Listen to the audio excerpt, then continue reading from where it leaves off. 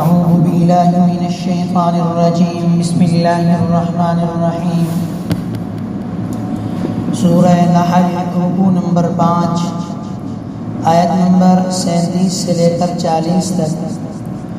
إن تحرص على هداهم فإن الله لا يهدي من يضل وما له من ناصرين وأقسموا بالله جهد أيمانهم لا يبعث الله من يموت بلى وعدا عليه حقا ولكن أكثر الناس لا يعلمون ليبين لهم الذي يختلفون فيه وليعلم الذين كفروا أنهم كانوا كاذبين. إنما قولنا لشيء إذا أردناه أن نقول له كن فيكون.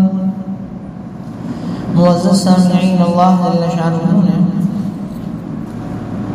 گزشتہ آیات کے اندر یہ بات ارشاد فرمائی تھی کہ مشرکین نے اپنے شرک کے حق میں ایک باطل دلیل دی تھی. مشرکین کہنے لگے کہ اے نبی، آپ ہمیں شرک سے روکتے ہیں، اگر اللہ ہمیں شرک سے روکتا تو ہم رک جاتے. اللہ نے نہ ہمیں روکا نہ ہمارے آباء و اجداد کو روکا، اور وہ روکنے سے یہ مراد لیتے تھے کہ اللہ تعالیٰ جب ہم شرک کرتے ہیں تو اللہ ہمارے ہاتھوں کو توڑ دیتا، پاؤں کو توڑ دیتا، کوئی تکلیف دیتا، کوئی مصیبت نازل کر دیتا، جبکہ اللہ نے کچھ نہیں نازل کیا، کوئی معاملہ نہیں ہوا، تو ہم اب شرک کو جاری رکھیں گے، شرک سے کیسے پیچھے ہٹیں. اور نبی کریم علیہ السلام کو فرمایا کہ آپ کا کام صرف بات کو پہنچانا ہے، آپ مبلغ ہیں، بات پہنچانا آپ کی ذمہ داری ہے، بات منوانا آپ کی ذمہ داریوں میں شامل نہیں ہے. آج کے درس میں اسی چیز کو اللہ تعالی دوبارہ بیان فرما رہے ہیں.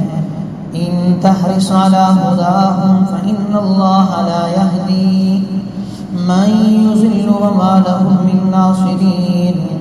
اے پیغمبر، اگر تمہیں یہ خواہش ہے، تمہیں یہ طمع ہے، حرص ہے علی ہداہم کہ یہ لوگ ہدایت پر آ جائیں، فإن اللہ لا یہدی من یضل، تو حقیقت یہ ہے کہ اللہ جن کو ان کے عناد اور ضد کی وجہ سے گمراہ کر دیتا ہے ان کو ہدایت تک نہیں پہنچاتا. وما لهم من ناصرین، اور ایسے لوگوں کو کسی قسم کے مددگار بھی میسر نہیں آتے.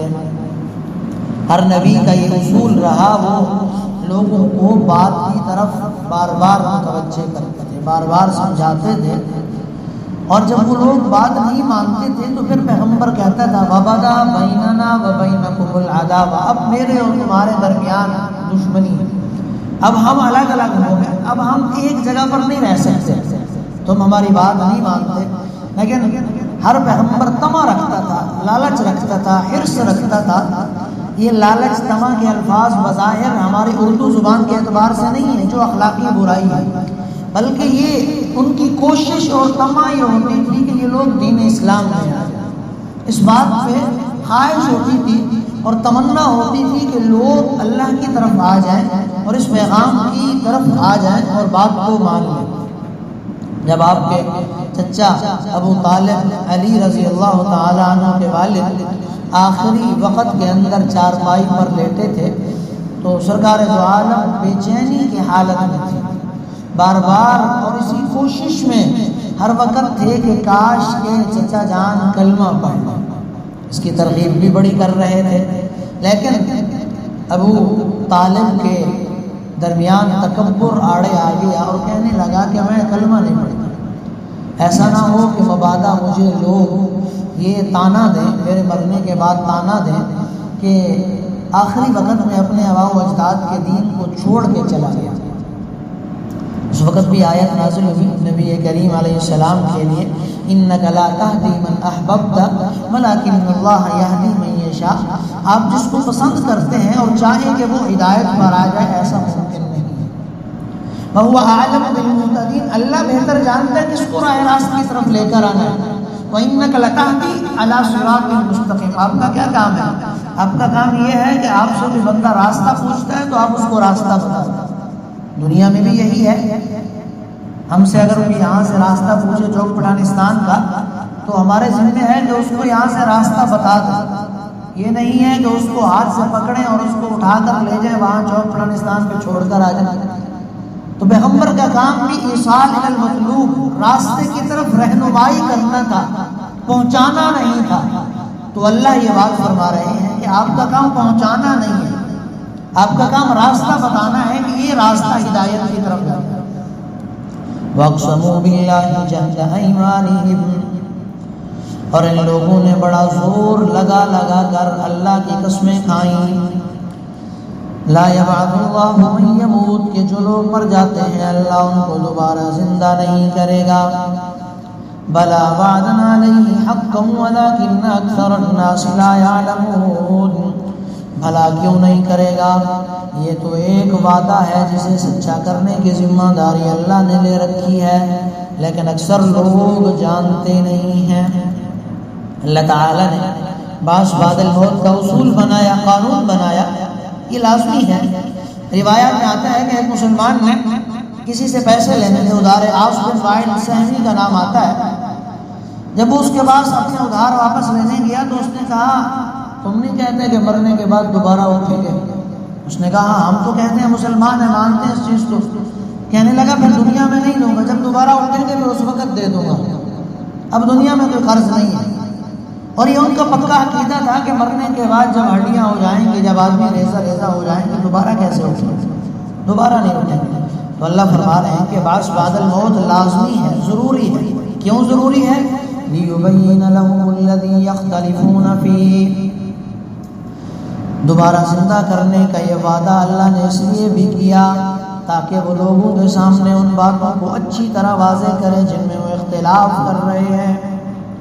وَلِيَعْلَمَ الَّذِينَ كَفَرُوا أَنَّهُمْ كَانُوا كَاذِبِينَ، اور تاکہ کافر لوگ جان لیں کہ وہ جھوٹے تھے. یہ ضروری اس لیے بھی ہے تاکہ دنیا کے اندر جو کافر قسمیں کھا کھا کر یہ یقین دلاتے تھے کہ اللہ دوبارہ زندہ نہیں کرے گا، اور مسلمان ان سے اس بات میں اختلاف کرتے تھے کہ نہیں اللہ دوبارہ زندہ کرے گا، تو اس اختلاف کے حل کے لیے بھی قیامت ضروری ہے، بعض بعد الموت ضروری ہے، تاکہ مسلمانوں اور کافروں میں جو سچا ہو وہ سامنے آ جائے، جو جھوٹا ہو اس کی بات پکڑی جائے. انما قولنا لشيء اذا اردناه ان نقول له كن فيكون. اللہ فرما رہے ہیں ہمیں دوبارہ اٹھانا کوئی مشکل نہیں، دوبارہ پیدا کرنا کوئی مشکل نہیں. ہم تو مالک الملک ہیں، خالق السماوات والارض ہیں.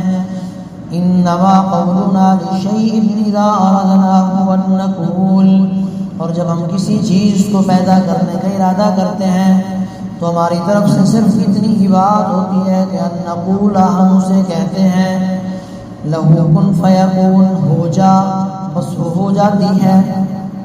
یہ اللہ تعالی بتلا رہے ہیں کہ جس چیز کو تم ناممکن سمجھتے ہو وہ تمہارے تصور سے باہر ہے. اللہ تعالیٰ کے لیے کوئی مشکل نہیں ہے. کسی چیز کو پیدا کرنے کے لیے اس کی کوئی محنت نہیں کرنی پڑتی، کوئی سانچہ نہیں بنانا پڑتا، کوئی سامان اکٹھا نہیں کرنا پڑتا، مزدوروں کو اکٹھا نہیں کرنا پڑتا. قادر ذات اس کا کام کیا ہے؟ ان نقول لہو کن، وہ تو لفظ کن کہتی ہے اور فیکون، بس وہ چیز ہو جاتی ہے. جب اللہ تعالیٰ نے پہلے پیدا کر دیا، اور پہلے پیدا کرنا مشکل نہیں رہا، جب تم کچھ بھی نہیں تھے، نہ تمہاری روحیں تھیں، نہ ہڈیاں تھیں، نہ جسم تھا، اس وقت اللہ نے پیدا کر دیا. اور جب ایک سانچہ بن گیا، ایک شکل بن گئی، ایک ڈھانچہ بن گیا، تو اس ڈھانچے کے اوپر دوبارہ ایک طاقتور انسان کو کھڑا کرنا کون سا مشکل ہے. دعا کریں کہ اللہ تعالی ہمیں علم و عمل کی توفیق عطا فرمائے.